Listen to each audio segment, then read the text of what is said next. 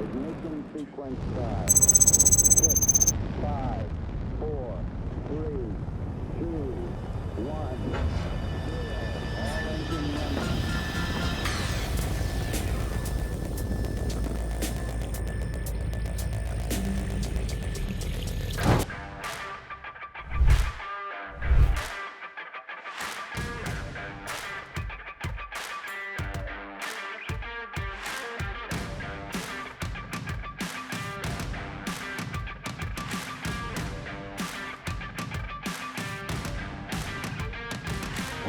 Солио нэвтрүүлгийн энэ удаагийн дугаараар бид нэр дархан ирсэн байна.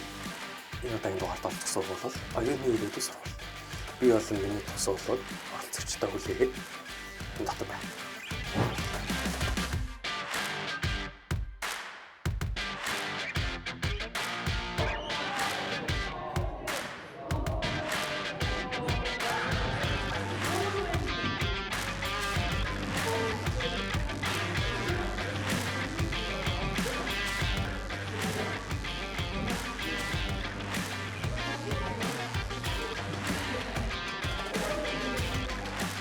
Хэн өнөөдөр шилдэг хаасгаар ирсэн бэ?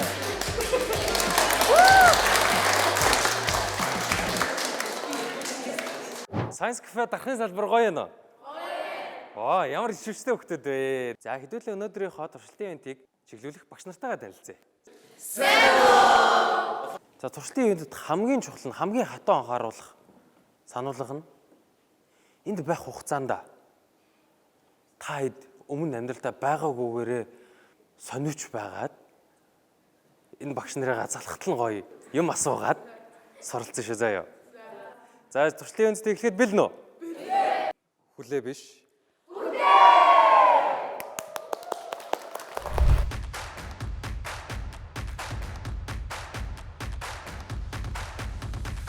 За биологи гэдэг сэдв заяа. За. Шилүүгийн дундаас хамгийн олон судлагдхуунтай салбар. Тийм үү? Амьд зүйлсүүдийг судалдаг. Аха. Хэдүүлээ өнөөдөр энэ зүйлтэй танилцсанаа. За би даалгавар өгөн заяа. Гэхдээ даалгавар өгөхөөс өмнө ингийн. Би нэг маш хурдан задлангууд салгаж тавьж байгаа зүйл юу вэ гэдэг нэршлүүдийг надад хурдан хэлээд өгөөд шүү заяа. За. Цэж. Уушиг. Оо хурдан мөн. Элэглэг. Аюу мэдчихэж шүү. Зүрх. За. Сүсөө. Бяха. Юу? Нойрвч. Нойрвч. Түрэн хараад үзье. Ходоод. Оо зүйтэй ходоод. За. Бүдүүн. Нарийн. Нарийн нэ тий. Бүдүүн. Бүдүүн дээ тий. Давс. Хурч хүн ихтэн хэсэг байна тий. Тийм. За басан. За. Тэрх. Нүд. За. Оо нэг юм үлдсэн байна. Бөөр. Оо нөгөө бөөрч юм байна тий. За би цаг 5 гот та хэд тэр цаганд амжуулаад энийг буцаагаад бүтэн болохгүй өгсөн шүү заяа. За. Сандарч байна. Сандарч байна. За цаг явж эхэлсэн.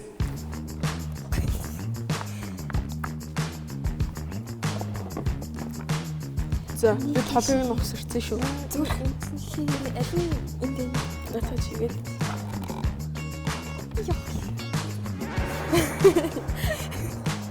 Хэвийн бол гэлцүүлээ.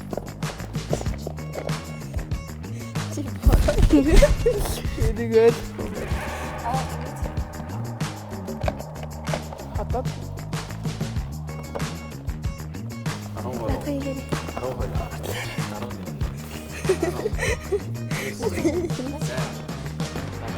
Адын Хоёр. Йоо. Цаг тоссаа. Юу төсөрийнх нь гэсэн юу хайр бодсон. Ингээ. Өчигдөр гайгүй болцсон юм уу? Гайгүй. Түрүүний бүдүүн гэдсэн сул яадсан таад хийц юм уу? Ийцээч. За шалганаа. Гэхдээ энэ удаад нэрийг нь биш ямар зоригтой вэ гэдэг үйл ажиллагааныхын зорилгын та хэд мэдгээр хэлээ шүү. За. За энэ ямар зорилготой? уушиг Оо тийм байх те. Бидний дотоод ирэх төрнүүдийг хамгаалах байна. За энэ яадаг юм бэ? Амьсгал. Тийм те. Тийм. Хүчин төрөгчөөр бид нэрийг хангах амьсгалын тогтолцооны хэлсэн байна те. За энэ яад юм бол? цусыг Цусыг ингээд шахах бүхэл бие рүү шахах. Тус шахах. Тусын мэдрэмжил. Дурлах биш үү? Үгүй. За биш тус шахахтай. За тусыг эргэлдүүлэх шаардлагатай юм байна. За тэгвэл энийг судлаач. Энэ юу вэ? Хоолыг Ямар бол хоолыг тийм те хоол боловсруулах тогтолцооны нэг хэсэг байна те. Амнаас шүдээр зажиж орохоос хулаад доороос гарах хэрэгтэй үлдэж байгаа те. За ходоод болохоор өөрийнхөө хүчлэн дэвтээхэд шимэгдүүлэхэд бэлдэж өгдөг те. тий. За энэ нөхөр яд юм болоо. Цэвэршүүл өөр Хоолны муу хэсгийг авах юм болов уу? энэ 300 гаруй орчим үйлдэл хийдэг. Бидний цусыг шүүн, шаардлагатай ялгаруулах ёстой зүйлээ ялгаруулна, шүүж гадагшлуулах ёстой зүйлээ шүүхэн байна гэх мэтчлэн маш олон зүйлсүүдийг энэ хийж чадна. Бидний цуснах сахарыг зохицуулна гэдгээс хулаад. Тэгэхээр илэг өстө хамгийн супер хэрэгтэй юм биш үү? За энэ яа юм бол? Хоолыг доош явуул. Яг зөв шимэгдүүлэх нь шүү дээ. Одоо гоо жажилсан гоё боловсруулсан боловсруулсан шүү дээ. Яг зөвтэй. За бүдүүн гэсэн нүгэл яадаг нарийн шимэгдүүлчихдэг юм. Шимтгэлүүд ихвчлэн төрүүлээ шүүгдчихдэг байх юм бол энэ жишээлбэл илүү олон тусдаг юмнуудын шингээх гэдэг ч юм уу эцсийн шимэгдүүлэлтийг хийх нэ. Аха. За бүр яд юм бэ? Бүр болохоор нөгөө нэг юу лээ нөгөө нэг шүүсийг яадаг лээ. Шүүстэй холбоотой тий. Ашиглагдсан хаягдл бодисуудыг ялгаруулад биес гаргадаг тий. Аха. За. Энд дэвштэй нэг эрэхтэн дотоо байсан. Ямар эрэхтэн байхгүй байсан бол?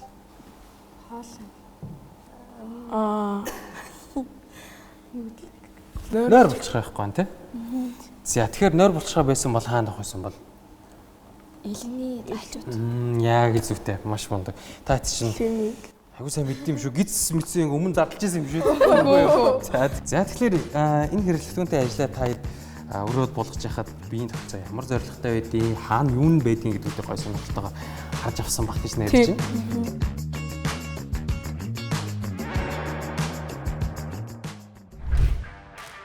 Бидний хувьд бол ангира юм цаг хугацааг өнгөрөхийг илүү үздэг болох надад хамгийн их гоё байна.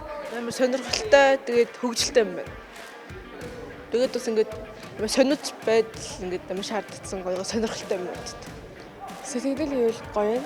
Өмнө нь хийж үзээгүй зөндөө олон туршилтуудаа хийж үзсэн. Тэгээд орж ирээд туршилтууданд нь амар догдолж байсан. Тэгээд өнөртөөнүүдийн нас хараад гойсон. Өмнө нь ингээ хичээл гэж боддогоос мэл одоо ингээд бүр амьдралдаа ингээ хэрэгжүүлэхээр болохоор тийм болсон. Ер нь орж ирэхэд төсөөснөөс шал өөрөөсөн амар том тэгээд ингээд орчин нь айгуу цэвэрхэн гэснээ ингээд айгуу гоё санагдсан юм.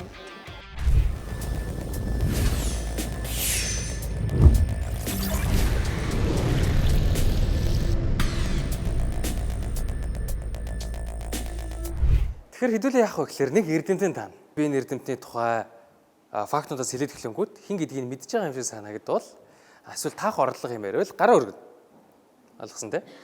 За энэ эрдэмтэн 800-аар бүтээл хийснээс сүүлийн 400 нь яг үнэндээ сохорцсон байж байхдаа хийсэн. За тэнцээс таах орлого энийг нэ. Биткоин биш ээ. Энэ эрдэмтэн биш дээ. Математикийн хамгийн үзэсгэлэнтэй томьёог хийсэн эрдэмтэн. Яагаад үзэсгэлэнтэй вэ гэдгийг тайлбарлах уу? Е гэдэг тоо. Өмнө та сонсч байсан уу? Энэ болохоор иррационал тоо. Хязгааргүй урт үргэлжилдэг ертөнцийн яагаад ч юм маш нэг холбогдолтой тоо. Пи гэдэг тоог сонсч байсан уу? Сонсч байсан дээ. Тойргийн диаметр хүрээний урт хоёрыг харьцуулдаг. Тэгээд I тоо гэж сонсч байсан уу? I тоо буюу язгуур дор хасах нэг гэдэг тоо хгүй юу? Төсөөллийн гэдэг тоо. Тэр гой 3 ертөнцийн 3 тоо тэгээд математикийн суурь болох нь 1 0 гэдэг зүйлүүд хоорондоо ийм амархан холбогдсон байна гэсэн үг. За тэгэхээр эрдэмтний юм бол энэ эрдэмтний нэрнийх нь эхний үсэг энэ томын дотор байна. Эйнштейн болов. За Эйнштейн биш ээ. Томас Эдисон. Томас Эдисон бас ясгэр байна те. Энэ эрдэмтний нэрийг Леонард Эйлер гэдэг. Оо, илээс те. За тэгэхээр хэдүүлээ Энэ Эйлер гэдэг эрдэмтэн яагаад миний хамгийн хайртай эрдэмтэн юм бол гэх нэмэлт мэдээллүүдийг нэвтрүүлгээс үздэгэ. Чингис хаан хамаг Монголыг нэгтгэсэн бол Леонхард Ойлер хамаг математикийг нэгтгэсэн нэгэн ажээ. Түүний нөлөө хүрээгүй математикийн салбар бараг л үгүй. Тооны онол, геометри, анализ, алгебра, арифметик, дээд математик, тэр бүхэл физик, одон орон, шингэний динамик, оптик хүртэл түүний суурь судалгаа нээлтүүд бий.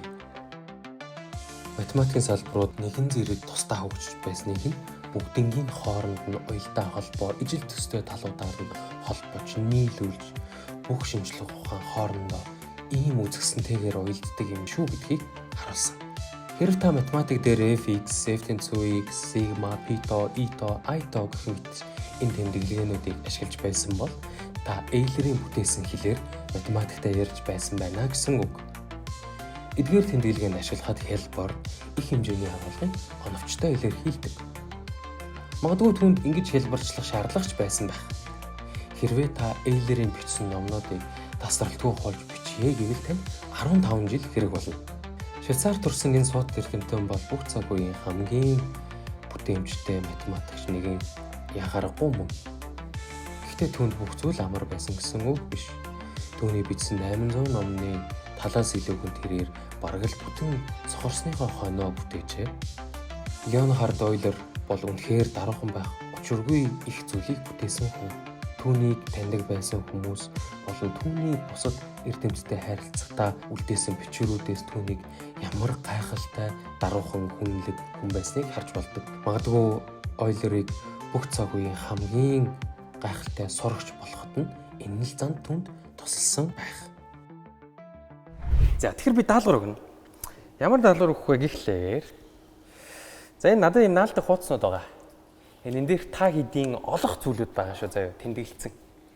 Тэгээд энэ асуултуудад хариулж чадах хэсэг дээр нь энийг наагаад тэгээд 2 минутын дараа зүв байна уугүй шийдвэлээ шалгаж үзэн шүү заяа. Хүний биеийн цус үйлдвэрлэдэг яс гинэ. Хамгийн том үе гинэ. Хамгийн олон ширхэг ястай биеийн хэсэг гинэ. Хамгийн жижиг яс гинэ. Хамгийн их дац авч чаддаг яс гинэ. За цаг явж эхэлсэн.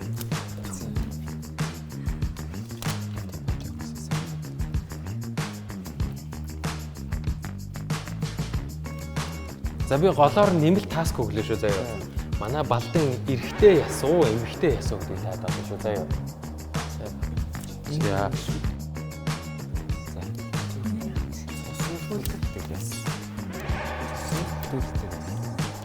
Арав 9 8 7 6 5 4 3 2 1 за цаг дууссан.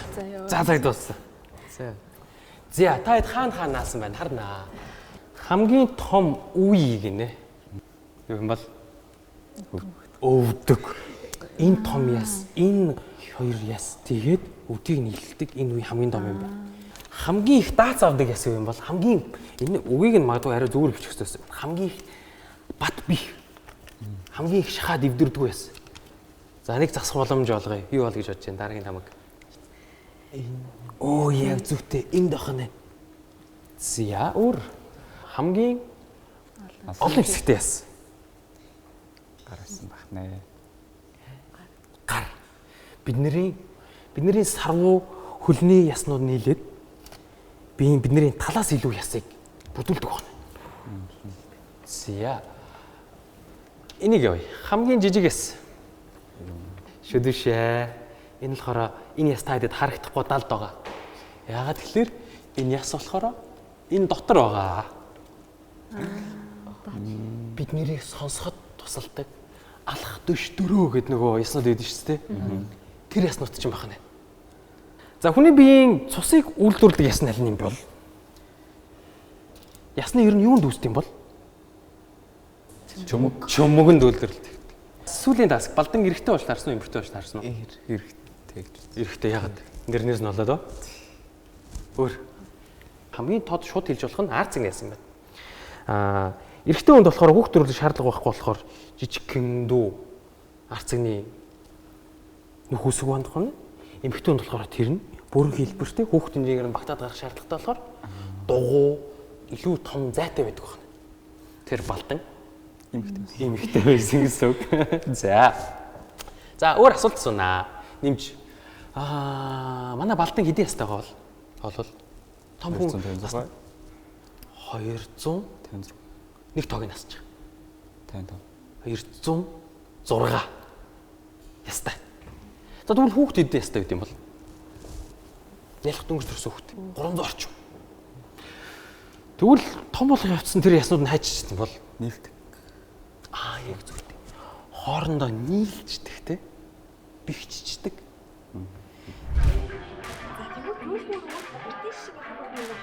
Биолог нь их таалагдсан. Тэнцээ ингээд нэг ус шиг юм ингээд зөвхөнгөт ингээд тэр нэг хатаа болоо тэгээ барингууд хатаа тэгээ 50 гууд ингээд урсаа явчихдаг. Тэр нэм таалагдсан. Нөө биологийн амтан төдлөжсөн энэ өртөө амар гоё санагдсан. Микроскопоор амтан харсан, тэгээд хүний цус харсан. Тэгээд хүнээс яг ямар байдгийг тэгээ харсан. Амтууд нь амар бас сонирхолтой. Жижиг харж байгаагүй амтууд зөнтэйсэн.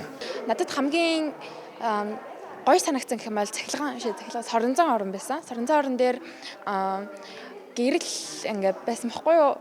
Соронзууд ингээд хоорондоо ингээд үйлчлэхгүй мөртлөө ингээд соронзлуудад байгаа надад хамгийн их таалагдсан. Никола Тесла надад таалагдсан. Тэр нь их сонирхолтой юм бил. Миний хувьд гэвэл яг цахилгаан орчтон дээр туршилт бол үнэхээр гоёсэн. Инерт хийтэй бөмбөрцөг гэдэг ер нь нэлээд олон туршилтууд их сонирхолтой байсан. Цахилгааны хүртэл. Би өөрөө цахилгааны инженер болох хүсэлтэй. Тэгээд цахилгааны нийтлэл дээр илүү сонирхол татсан. Химийн хүртэйсэн. Яагаад гэвэл ер нь бол айгүй ингээд олон байцыг хойлоод яг ямар болох нь гэдэг нь айгүй саналтай санагцаа.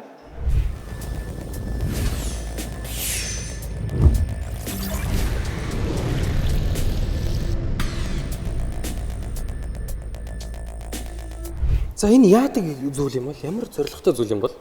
Одоо ээж аваас ирсэн эрийн бэлгээс ингээд нийлээд ийм дэм ба Тийш тий. Удамшлын мэдээллийг хадгалдаг. Тэгдэх тий. Ямар амьтад энэ байдгаад ямар амьтад энэ байдаг юм бол? Бүхэл амьтанд Яг зөв тий. Бүх амьтадад байгаа тий. Бидний би яаж ажилтیں۔ Ямар үед нь яах ёстой гэх мэтчлэн бүх мэдээлэл ерөөсөө яг ийм хэлбэртэй молекулаар биднэрт хадгалагддаг байна. Бидний ямар эсэнд байд юм бол? бүхэл эсэнд. Алдахгүй байна. Бидний бүх эсэнд байгаа тий. Мэдээж бүх эсэнд бүгдээр яах юм мэдчихэж тэгж ажиллана тий. Энэ ДНХ гэдэг мэдээлэл яг таад хэлсэнчлэн биднийг ямар хамартай, ямар нүдний өнгөтэй хэн байх юм гэдэг удамшлын тэр бүх мэдээлэлүүд байдаг байна. Таад хэлсэнчлэн бид нэр өвлүүлж үлдээгээд ээж аваас аваад цаашаагаар илүү биднээс илүү амьдрах чадвартай ДНХ-г бүрдүүлэх гэж ослуудыг үсгээ яваад байгаа. Хоёр хэсэгтэй байгаагийн ДНХ гэсэн бол энэ хоёрыг задлчингууд нэгийг нь RNA гэж нэрлэдэг. RNA. Тэгээд тэр RNA очоод эсийн үйлдвэр дээр нь очоод ямар уургуудыг ямар шиг байдлаар үйлдвэрлэх гэх бүх зааварчилгаа нь болоод тэгээд бид нэр тэр бүх уургуудаа хийгээд тэгээд тэр уургууд нь өөрсдийн хийдэг янз бүрийн зүйлээ хийгээд хүн гэдэг функц ажиллах ёстой зэвшин хатагаа ажилдаг байна. Тэгээд хувилагдаад чал өөр болчих юм бол удамшлын мэдээллийг яаж хадгалт юм бол? Яг зүйтэй. Маш гоё асуулт. Энэ хоёр салчиж байгаа шүү дээ. Эдгээр зөвхөн цитозын зөвхөн гуанинтай холбогддог гэсэн тийм. Аденийн зөвхөн ТНН-тэй холбогддог. Эднэрийг ингээд салгалаа. Тэнгүүд биологийн ингээд дуг ингээд бужинсан юмнууд ирээд энд өөрсдөө ид угсрагдана. Угсрагдахаараа гуанин дээр зөвхөн цитозин л таардаг болохоор нэг цитозин хажууд нь үсчихнэ. Цитозин дээр зөвхөн гуанин байдаг болохоор нөгөө талд нь захиад гуанин үсчихнэ. Тийм болохоор энэ хоёр түлхүүр яг бие биендээ таардаг болохоор яг таардагуудаа хадгалаа явах нь шүү дээ. Тийм болохоор яг удамшлын мэдээллээ хувилагдах явцад алдагдахгүй тулд анханасаа зөвхөн бие биентэйгээ л нийцдэг хослолоод гэж байдаг байна. 10-аас 10 10-аас 10 гэх юм дөө. Би 10-аас 10 он өгнө. Би 10-аас 10 он өгч байна. Шууд 10-аас 10 бүгд их гоё найрс хэлцтэй. Тэдний 10-аас 10. Ягаад тэгэхээр ер нь бол яг орчин тэр хүмүүсийн харилцаж байгаа зам чанар, үзэж байгаа, сонирхож байгаа, хийж байгаа туршилтууд нь үнэхээр гоё юмсан.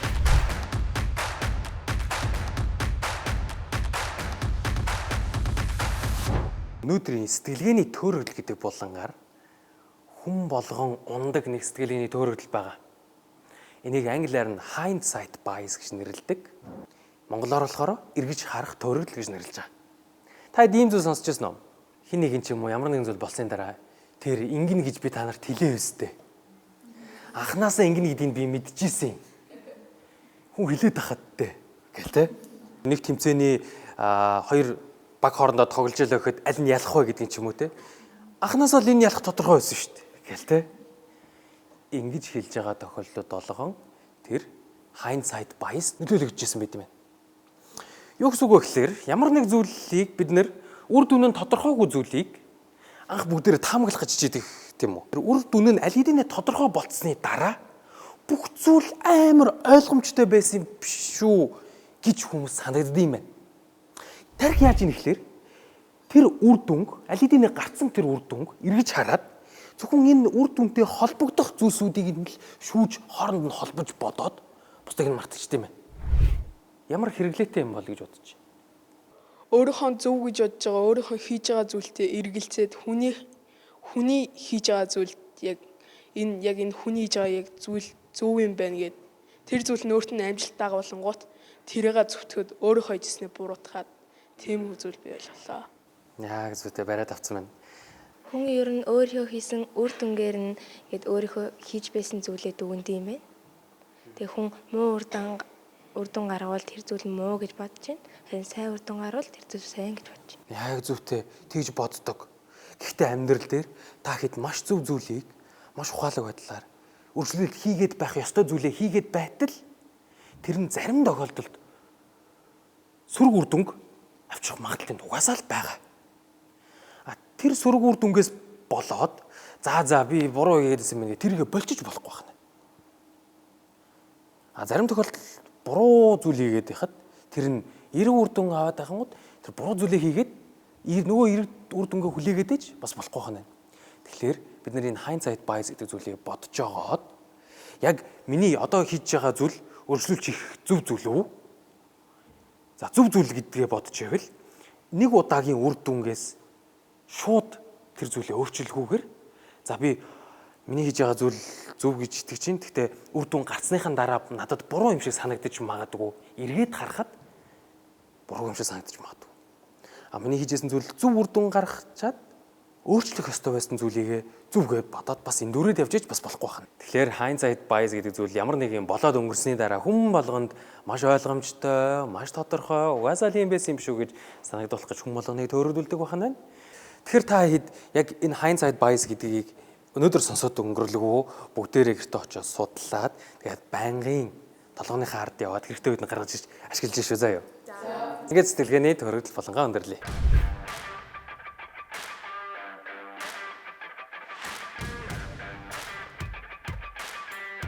Шинжлэх ухааны кафе Дархан хотод яг 1 жилийн өмнө 5 сарын 30-нд нээлттэй хийжсэн. Тэгээ 1 жил болох байгаа яг энэ хугацаанд болохоор яг Дархан уул аймагт нийтдээ 540 хүүхэд маань туршилтын ивэнтэд хамрагдсан байгаа. Тэгээд од цогцлбор сургуулийн хувьд гэх юм бол яг манай Да Винчи төсөлд бол хамрагдаад явж байгаа.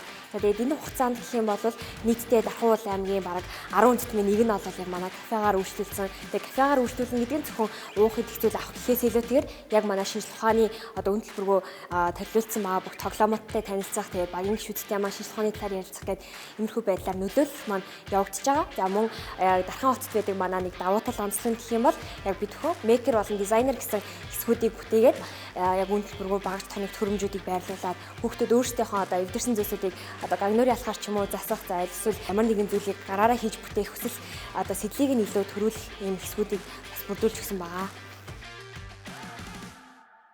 За өнөөдөр бас гэрт өгөх даалгавар дээр гоё зүйл бэлдсэн. Тэгэхээр дагаад ин шүү. Бид нар болохоор өнөөдөр шумбагч хийж байгаа. Гэрлийн шумбагчийг нэрлэж заяа. Биднэрт шаардлагатай зүйл бол ямар нэгэн усны сав, ус, тэгээд хүндрүүлэгч. Энэ ямар ч өндрүүлэгч байж болно. Шаараа дотроос нь хаглаад гэмтээчихгүй л байх ёстой. За шаар руугаа өндрүүлэгч эхлээд хий. Тус руу хийгээд үзвэл яах нь вэ? Живжээ те. Бид нэр чүт хөөх шаардлага байна. Тэгэхээр баг зэргийн хий оруулъя. За одоо бол нэлээд сайн хөвж дээ. Ингээд тавьсан ч хөвж. Бид нарт дөнгөж хөөх хэмжээнд агаараа яг тааруулах хэрэгтэй. Тэгэхэд тааруулсныхаа дараа боно.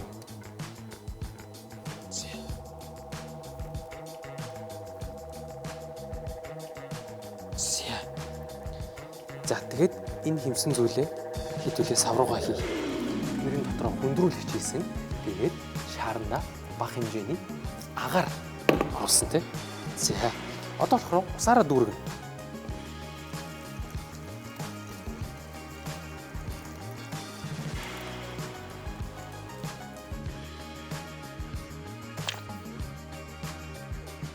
За болохоолт нь гой дүүргчээд таглагийн сайн таглалаа. Одоо болохоор манай шумбагч маань хөвж байгаа. Дотроо агаартай байгаа.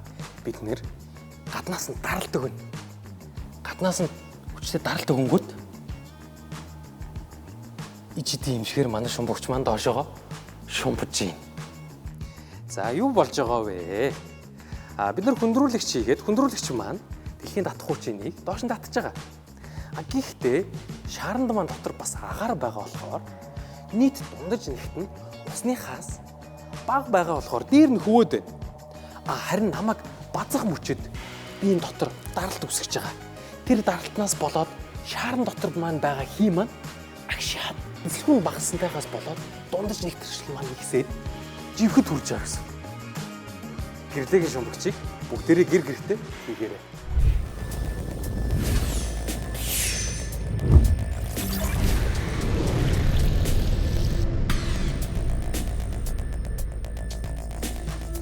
Шинжлэх ухааны Science Cafe дарханд байдаг гэдгийг мэдэж амжаагүй байсан бол өнөөдөр хитүүлээ мэдэж авлаа. Яг адилханаар Да Винчи төсөл маань дарханд хэрэгжиж байгаа. Тийм болохоор дархандах сургуулиуд маань Science Cafe дээрээ ирээд туршилтуудаа хийгээд хэрэглэгдэхүүнүүдээ гар дээрээ аваарай. Өмнөх дугаар дээр хэлсэнчлэн манай туршилтын вебсайт ажиллаж байгаа. Тийм болохоор энэ чинээс ороод туршилтуудаа хийгээрэй. Ямар нэгэн үн төлбөр байхгүй, ямар нэгэн бүтгэл шаардлагагүй. Шууд л ашиглаж болно. Тийм болохоор дараагийн дугаар хүртэл баяртай.